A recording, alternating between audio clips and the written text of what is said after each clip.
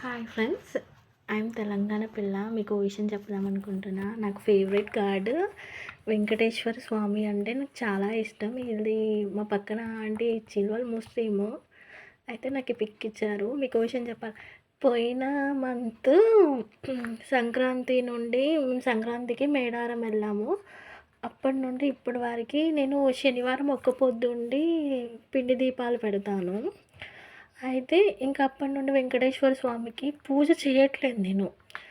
అప్పుడు ఫీవర్ వచ్చింది, తర్వాత మా మమ్మీ ఫీవర్, నాకు ఫీవర్, మా చెల్లికి ఫీవర్. పోయిన సాటర్డే దీపం పెడదాం అనుకుంటే మాకు పవర్ లేదు. స్నానం చేస్తామంటే వేడినీళ్ళు పెట్టుకున్నామంటే పవర్ లేదు. యాక్చువల్గా అసలు ఏం చేయాలి అని అనుకున్నాను. బట్ ఇంకో విషయం చెప్పాలంటే సాటర్డే నాకు ఒక గుడ్ న్యూస్. నేను వెంకటేశ్వర స్వామికి 7 శనివారాల వ్రతం చేశాను కదా, ఆ వ్రతానికి 2 ముడుపులు కట్టాను. యాక్చువల్గా నేను 2 కోరికలు కోరుకొని 2 ముడుపులు కట్టాను. బట్ ఒకటి వచ్చేసి దానికి సంబంధించిన న్యూస్ వచ్చేసి, ఒక ముడుపుకి నా లైఫ్లో 2 కోరికలు ఉన్నాయి. యాక్చువల్గా ఒక కోరికకు సంబంధించిన ఫోన్ వచ్చింది సాటర్డే రోజు. ఆ రోజు పవర్ లేదు, స్నానం చేయలేదు, పూజ చేయలేదు. దానికి సంబంధించినదైతే వచ్చేసింది, ఫోన్ వచ్చేసింది. బట్ నువ్వు అనుకున్న కోరికలో ఒకటి సక్సెస్ అవ్వడానికి రెడీగా ఉంది. రెండోది యాక్చువల్గా అది ఇంకా దేవుడు ఎలా రాసి పెట్టుంటే అలా జరుగుతుంది అనుకుంటున్నాను.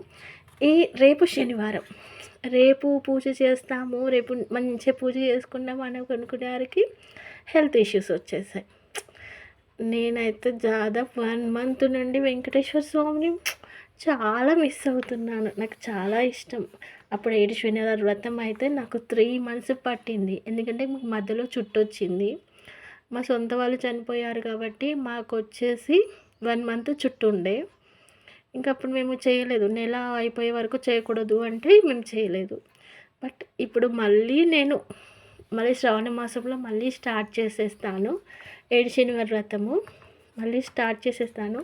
యాక్చువల్గా నేను తిరుపతికి కూడా వెళ్దాం అనుకుంటున్నాను. యాక్చువల్గా డిసెంబర్ నుండి ప్లాన్ చేసుకుంటున్నా.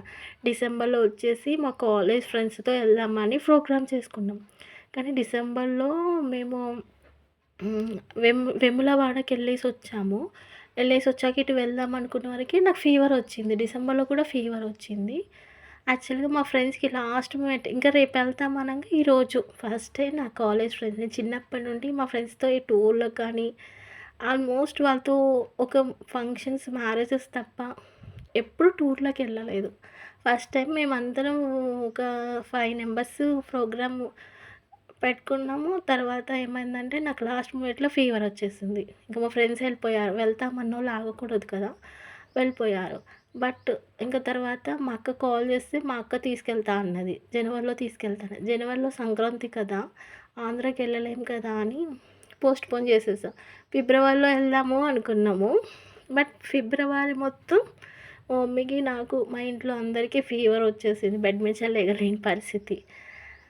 యాక్చువల్గా అంతలోనే నేను అందులో ఒక కోరుకున్నది, దానికి సంబంధించిన కాల్ వచ్చింది. అందుకే అనిపించింది దేవుడు 2 టైమ్స్ 3 టైమ్స్ వెళ్దాం అనుకుంటే దేవుడు ఆపేశాడు అని. కానీ ఇప్పుడు మేము మే వరకు అయితే ఆ కోరిక నెరవేరితే దానికి సంబంధించిన పని స్టార్ట్ చేయాలంటే ఫస్ట్ అయితే మేము తిరుపతికి వెళ్ళేసి రావాలి. కానీ మా ఫ్యామిలీతోనే దేవుడు రమ్మని అంటున్నాడు.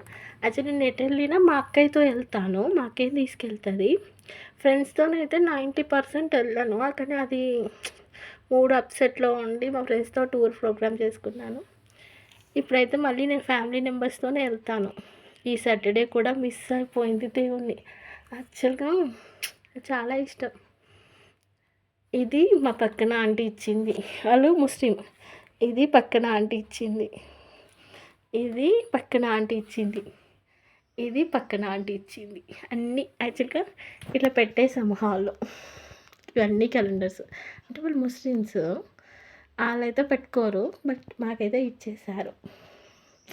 పూజ చేయకుండా ఉండేందుకు చాలా బాధపడుతున్నాను. కానీ తప్పదు, కొన్ని రోజులు అంతే కదా, చేయకూడదు కదా. మళ్ళీ సాటర్డే కంపల్సరీ చేస్తాను. ఓకే ఫ్రెండ్స్, నా చిన్న వీడియో. Bye bye.